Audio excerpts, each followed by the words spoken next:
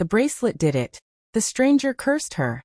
Kesi, once just a quiet girl wearing her grandmother's old bracelet, became the center of every conversation. People pointed at her from a distance. Mothers pulled their children away when she walked past. At the well, no one greeted her anymore. Doors slammed shut when she approached. Her name was now spoken in whispers, not with kindness but with fear and suspicion. She's the one who brought the curse, someone said. That bracelet is evil, another muttered. The warm, friendly village Kesi once knew had turned cold overnight. Even the elders gathered in a circle to talk about what to do. The girl must be questioned, they said. She wears something dangerous. Some even said she should be banned from the village until Adana was found. The fear had turned into anger, and that anger was aimed at Kesi. She felt it in every stare, every word, every silence. Her heart ached. She wanted to scream, to tell them it wasn't true, that she never meant harm, that the bracelet was just a memory, not a weapon. But no one listened. Her voice didn't matter anymore. Even her friends avoided her. Some said they didn't want to become the next victim of the curse. Kesi stayed in her small hut, sitting in the dark, staring at the bracelet. Her grandmother had said it was special, but never that it was dangerous. Now the whole village thought she was a witch. Alone, scared and confused, Kesi didn't know what to believe anymore. Was this all just a terrible coincidence? Or was there truly something strange about the bracelet? Either way, she knew one thing. She had to find Adana, or her life in the village would be over forever. Days passed, and things only got worse for Kesi. She barely left her hut. When she did, the stairs followed her like shadows. Whispers crawled behind her wherever she went. People looked at her like she was something dangerous, like a curse in human form. She tried to stay strong, holding on to the bracelet like it was a lifeline. It reminded her of her grandmother, warm, kind, full of stories and strength. But even that comfort began to fade when her own mother, Neka, finally spoke up. One evening, as the sun disappeared behind the trees and the village grew quiet, Neka came into Kesi's room. Her eyes were tired, her hands trembling slightly. She sat beside her daughter, staring at the silver bracelet. Kesi, she whispered, voice soft but full of fear. You must take it off. Kesi looked at her in shock. Her mother had always defended her, always stood by her. But now, even she was unsure. I don't want to believe the stories, Neka said, her voice breaking. But Adana is still missing. And the whole village is turning against you. What if they're right? What if the bracelet really is cursed? Kesi felt her heart tighten. She looked down at the bracelet on her wrist. It still shone, soft and silver in the fading light. Mama, she said, I can't. It's all I have left of Grandma. I don't believe it's evil. There's something more. I feel it. Neka sighed deeply, tears in her eyes. I love you, my child. But love cannot protect you from what people believe. Be careful. You're not safe anymore. That night, Kesi couldn't sleep. Her mother's words echoed in her mind. She was scared. She was alone. But somewhere deep inside, she still held on to a small flame of hope. The bracelet had brought trouble, yes, but maybe it could also lead to the truth. She believed there was a reason she still wore it. A reason it had stayed in their family for generations. Whatever was happening, she wasn't ready to let go. Not yet. The night was quiet, too quiet. Kesi lay on her mat, staring at the ceiling of her small hut, her thoughts spinning in circles. The bracelet felt heavier than ever on her wrist, like it carried the weight of the whole village's fear. Just as her eyes began to close, she heard a faint sound, like paper sliding across the floor. She sat up quickly, heart racing. Slowly, she walked to the door and opened it. No one was there. The moonlight lit up a small piece of paper lying on the ground. She bent down, picked it up with shaky hands, and unfolded it. Written in messy, hurried handwriting were just 6 words. I know where Adana is. No name. No signature. No clue who sent it. Just those words. Kesi's eyes widened. Her heart pounded louder. She read it again and again, trying to make sense of it. Was it a trap? Was someone playing with her? Or was it real? She held the note close, her mind racing. Nobody else had dared to speak Adana's name since she disappeared. And now, someone claimed to know where she was. It felt like the first crack of light after days of darkness. Kesi knew it was risky, but she also knew she couldn't ignore it. No one else was looking for the truth. They were all too busy pointing fingers. If there was even a small chance this note was real, she had to follow it. She hid the note under her mat and began preparing quietly. She packed water, a scarf, and a small flashlight. She didn't know where she was going or who she would find. But for the first time since this nightmare began, she had something, a lead. Something to hope for. Something to chase. Before leaving, she touched the bracelet gently. "Please," she whispered. "If you have any power, help me find her." Then she slipped into the night, careful and quiet, her heart full of fear but her steps full of purpose. Whatever the truth was, Kesi was ready to face it. Alone if she had to. Kesi couldn't take it anymore. The fear, the blame, the silence, it was all too much. After reading the mysterious note and thinking about everything that had happened, she knew she had to do something. Her feet moved before her mind could catch up. She stormed through the village, past curious eyes and hushed voices, straight toward Talia's house. Her heart beat fast, but she didn't slow down. She pushed open the old wooden gate and stepped into the courtyard. Talia was there, sitting by her fire, grinding herbs like nothing had happened. Kesi's voice cut through the air like lightning. "Tell me the truth," she shouted. "What do you know about Adana? About the bracelet? About me?" Talia looked up, calm but surprised. "You're brave to come here," she said slowly. "But maybe it's time you knew everything." She set her bowl aside and stood up. "Your grandmother was not just a kind woman. She was powerful, too powerful. Long ago, she broke a sacred promise with my ancestors. To protect our bloodline, they cursed her and her descendants. That bracelet you wear is part of that curse." Kesi felt like the ground had shifted under her feet. "Why didn't anyone tell me?" she whispered. "Because curses don't speak," Talia replied. "They wait. And now they've woken." Talia's voice softened. "I didn't want this. I only warned you because I've seen this curse before. I lost people too." Kesi stared at the silver bracelet. The gift from her grandmother now felt like a chain. But deep inside, a fire lit up. "So this is about the past," she said. "But I won't let it control the future. I'll find Adana. I'll break this curse." Talia nodded, quietly. "Then go. But be careful. Old magic is not kind." Kesi turned and walked away. The wind brushing her face, her heart heavy but clear. The past had finally been revealed. The curse was real. But she wasn't going to run. She would face it and end it. Kesi sat alone in her hut, the bracelet resting in her hand. The night was quiet, but her mind was loud. She kept thinking about what Talia had said, the curse, the past, the warning. She turned the silver bracelet slowly, studying every inch of it. It had always been special to her, something her grandmother gave her with love. But now, it felt like more than just a memory. It felt like a message.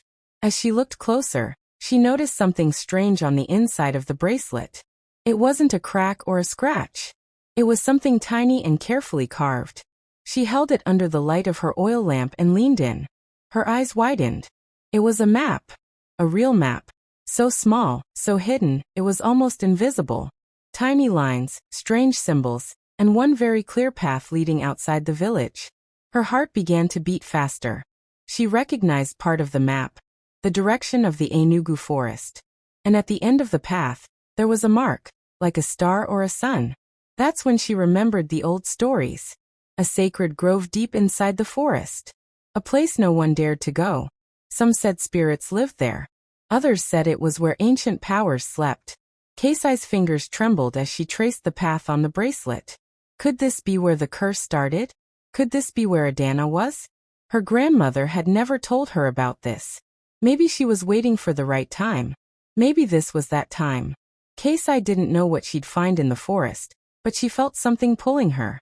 The bracelet wasn't just a curse. It was also a key, a guide. She held it close to her chest and whispered, "I'm ready now." Tomorrow, she would go to the grove. She didn't care what the villagers thought. She didn't care about the fear anymore. Something was waiting for her in that forest. And she had to find it, for Adana, for her family and for herself. Before the sun had even touched the sky, Kesi stepped out of her hut, the silver bracelet firm on her wrist. The village was still quiet, only the sound of crickets and distant owls filled the air. She knew the path would be long, and maybe dangerous, but her heart told her it was time. She followed the tiny map etched on the bracelet, heading toward the forest that everyone feared, the Enugu bush. It was a place full of old stories, strange sounds, and secrets. People believed spirits lived there, and many never dared go near. But Kesi didn't stop. Not this time. As she passed the edge of the village, a few eyes peeked from behind doors. Whispers floated into the air. "She's going into the bush," someone said. "She's looking for witches," another murmured. "It's black magic," an old man mumbled. Soon more villagers came out and began to follow her. Not too close, but close enough to see. They didn't understand what she was doing, but fear and curiosity pulled them behind her like a silent crowd. Kesi didn't look back. Her feet pushed through grass, over rocks, and under thick branches. The deeper she went, the darker and cooler it became. Birds cried from above. Strange leaves brushed her skin. But she didn't stop. Her heart was stronger than the fear. She remembered her grandmother's smile, the love in her eyes, and the feeling of protection the bracelet once gave her. She whispered, "Guide me," as she stepped further into the unknown. At last, after hours of walking, the trees opened into a wide circle. The air felt different here, still, almost like it was holding its breath. Kesi stood still, feeling the ground beneath her, and the strange warmth in her chest. She had reached the sacred grove. Behind her, the villagers paused, afraid to come any closer. They watched her like she was walking into the arms of the spirits. But Kesi wasn't scared anymore. She had come too far to turn back. Something was waiting for her here, and she was ready to find it. Kesi stood quietly in the center of the sacred grove. Everything around her felt still, like the world had paused. The trees were tall and wide, their branches reaching out like arms. The ground below her feet was soft with fallen leaves. She looked down at the silver bracelet, now glowing faintly in the soft morning light. Her heart was beating fast, but she felt something strong inside her, something brave. She held the bracelet with both hands, closed her eyes, and whispered her grandmother's name. "Show me the truth," she said softly. "Help me find what is hidden." A sudden breeze swept through the grove. It wasn't cold, but it carried something with it, a strange energy. The leaves rustled gently, and a soft humming sound filled the air. Kesi opened her eyes, and what she saw made her breath catch. In front of her, a glowing figure slowly appeared, rising from the earth like mist. It looked like a woman, tall and shining with a silver-blue light. Her face was kind, her eyes calm. Kesi knew without being told that this was the spirit of the grove, the guardian. The spirit didn't speak. She simply raised one arm and pointed toward the thickest part of the forest, where the trees stood close together like a wall. Her hand glowed brighter as she pointed, and then slowly, she began to fade. The light around her dimmed, and soon she was gone. But Kesi had seen enough. She understood. The answers were not in the grove. They were deeper in the forest. She took a deep breath and turned toward the direction the spirit had shown. Her fingers tightened around the bracelet. It was no longer just a memory or a curse. It was her guide. Behind her, the villagers were still watching from the edge of the grove, frozen in silence. But Kesi didn't turn back. She stepped forward, her eyes fixed ahead. Something was waiting. Something powerful. And she was ready to face it. Kesi pushed through the thick bushes, branches scratching her arms, but she didn't stop. The forest was quiet, almost too quiet, and every step felt like it was leading her deeper into something unknown. Behind her, a few brave villagers followed closely. They were scared, but they trusted Kesi. She had followed a spirit sign, and now they were all hoping it would lead to the truth. Suddenly, the trees opened up to reveal a small clearing. In the middle stood an old wooden hut, covered in moss and vines, as if the forest had tried to hide it for years. The roof sagged and the walls were cracked, but the door was still standing. Kesi walked up slowly, her heart racing. She reached out and gently pushed the door open. It creaked loudly, breaking the silence. Inside, the air was cold and still. Dust floated in the light that slipped through holes in the roof. And then she saw her. Adana. She was lying on a mat in the corner. Her body still, eyes open but empty. Her hands were tightly wrapped around a silver bracelet. It looked exactly like Kesi's. Kesi rushed to her, falling to her knees. Adana, she whispered, but there was no response. The girl was breathing, but she didn't move. It was like she was frozen, trapped in some deep, silent place. The villagers gasped behind Kesi, whispering in fear. She's cursed, one said. The bracelet has taken her soul. Kesi took off her own bracelet and placed it beside the one in Adana's hand. As soon as the two touched, a soft light shimmered between them. Adana's fingers twitched, and her eyes blinked slowly, as if waking from a long sleep. Kesi grabbed her hand. You're safe now, she said softly, tears running down her cheeks. They had found her. Adana was alive. But the mystery was far from over. The bracelets were more than just jewelry. They held a power no one truly understood. And now, Kesi knew she had to uncover the full truth. Something much bigger was still waiting in the shadows. Adana slowly opened her eyes, blinking like someone waking from a long, dark sleep. Her lips trembled as if trying to form words. Kesi held her hand tightly, whispering, "It's okay, you're safe now." Everyone in the small hut leaned in, hoping for answers. After a long silence, Adana finally spoke, her voice weak but clear. "The bracelet, it pulled me in," she whispered. Kesi's eyes widened, and the hut fell completely silent. Adana explained that the night she touched the silver bracelet, she felt a strange, cold energy run through her body.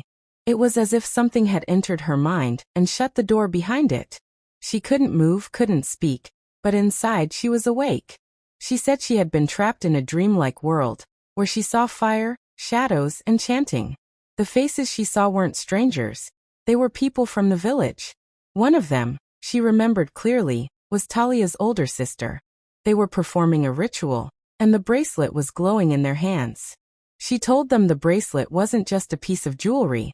It had been cursed long ago. Talia's family, fearing the power of Kesi's grandmother, used dark rituals to control the bracelet's energy. It wasn't meant to protect anymore. It had become a tool to control destiny, to trap and weaken the women of Kesi's bloodline. Kesi felt her heart sink. So much pain had been caused by lies and secrets. Her grandmother's powerful legacy had been turned against her family.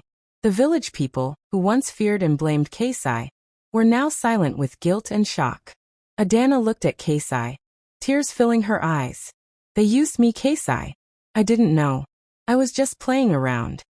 Kesi gently wiped a tear from her cheek and said, "It's not your fault." The truth was finally out.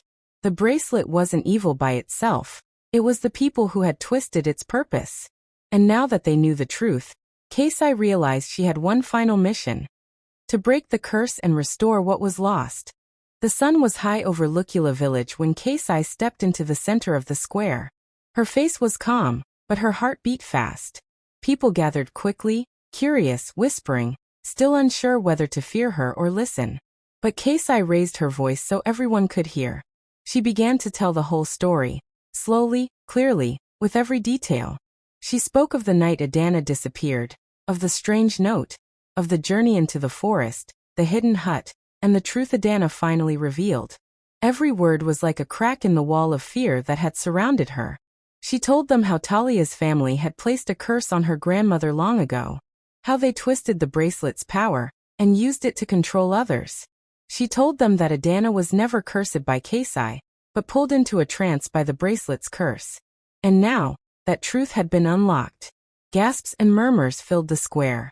People looked at each other with disbelief, anger, and shame. For days, they had pointed fingers at Kesi, called her a witch, and turned their backs on her. Now they saw her not as a threat, but as a brave girl who had uncovered a dark secret. Then someone from the crowd shouted, "Where is Talia?" Heads turned. All eyes searched for the woman who had started the rumors. Talia stood frozen at the edge of the crowd, her eyes wide. Kesi pointed at her. "You knew," she said firmly. "Your own sister was in the visions. You helped keep the curse alive." The crowd surged forward, not with violence but with fury. Talia tried to defend herself, but the people no longer believed her. They demanded answers, justice, truth. The same villagers who once shunned Kesi now stood by her side. In that moment, everything changed. The fear that had once ruled the village was gone. It was replaced by a hunger for truth, for healing, for change. And at the center of it all was Kesi, not a cursed girl, but a symbol of courage. She had faced the darkness and brought the truth into the light. The sky turned golden as the sun began to set over Lukula. Everyone in the village gathered near the sacred tree, the oldest and tallest in the land, where the final ceremony was to take place.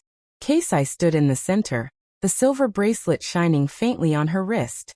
It no longer felt warm or heavy with power.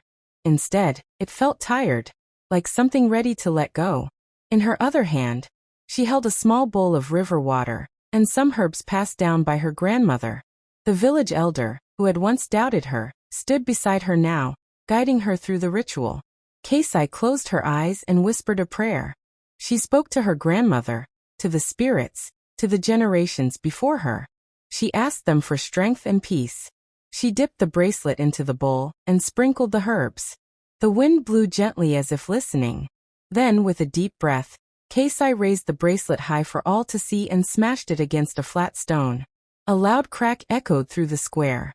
Suddenly, a soft, glowing mist rose from the broken bracelet. It floated into the air like a breath being released. The villagers gasped as the light swirled and slowly faded into the sky. The cursed spirit was gone. The weight that had hung over the village for years lifted in that very moment. Adana, who had watched with her mother, rushed forward with tears in her eyes. Without a word, she hugged her mother tightly, something she hadn't done since the night she disappeared. Talia fell to her knees, overwhelmed with emotion, realizing the pain her actions had caused. The villagers began to clap and cheer. They weren't afraid anymore. They surrounded Kesi, hugging her, thanking her, some even crying. She had not only saved Adana, she had saved the whole village from fear, lies, and darkness. Kesi smiled softly, knowing her grandmother would be proud. The bracelet was broken, but something new had been born in its place, hope. And this time, no curse could ever take it away. After everything that happened, the village of Lukula was no longer the same. People no longer whispered in fear or pointed fingers in silence. Instead, they smiled more, spoke kindly, and helped one another. And at the heart of this change was Kesi. She had faced a curse, uncovered deep secrets, and brought truth into the light. But she knew her journey wasn't just about breaking the curse. It was about starting something new. With the love and support of her mother and a few village elders, Kesi opened the village's very first healing center. The center was small but full of life. It stood near the edge of the forest, painted with bright patterns and handprints from village children. Inside, the walls were decorated with symbols of peace, drawings of her grandmother, and stories written by villagers who had healed from fear and sadness.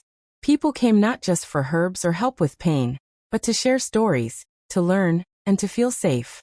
Kesi listened to everyone, old or young, with a calm heart and open arms. Though the silver bracelet was gone, its legacy remained, now filled with love instead of fear. Kesi had turned something dark into light. Her healing center became a place of comfort and strength, a symbol of new beginnings. What once brought pain now inspired healing. And from that day on, the villagers said, Kesi didn't just break a curse, she built a future.